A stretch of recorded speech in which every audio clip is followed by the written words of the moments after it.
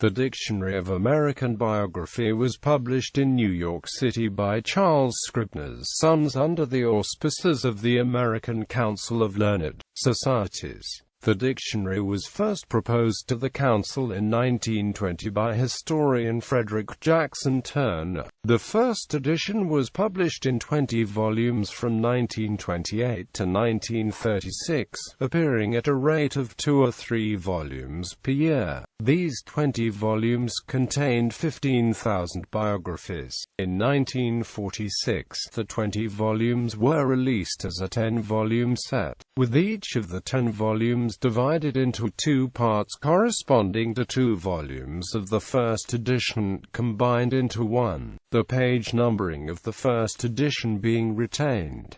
The ACLS appealed to Adolph Fox, publisher of the New York Times, for funding. He loaned the Council $50,000 per year for 10 years.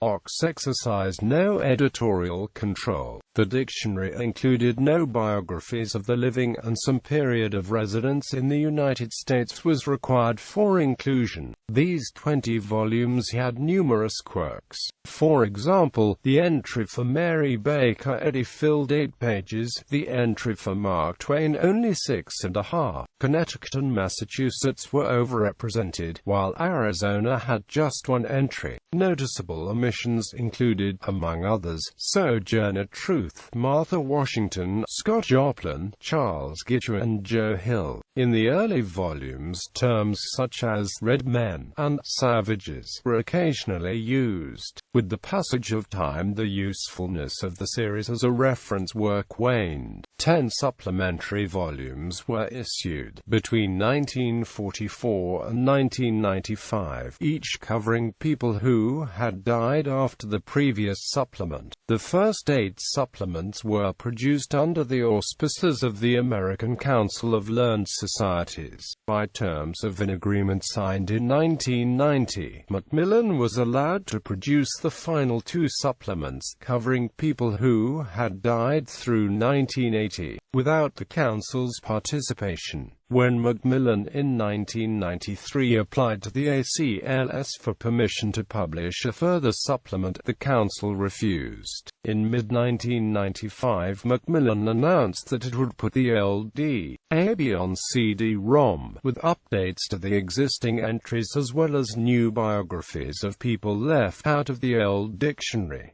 Professor Stanley N. Gatz, then president of the Council, protested that the publisher had no legal right to do so without the Council's approval. Macmillan insisted that the terms of the 1927 licensing agreement with Scribner's gave it the right to publish the dictionary in all forms. Quote, in May 1996, the American Council of Learned Societies sued Macmillan in federal district court in Manhattan to try to block it from publishing the year.These on CD-ROM and adding what it considered unauthorized supplements. Our client has taken the position that we want the original work preserved in its pristine form, said Lawrence S.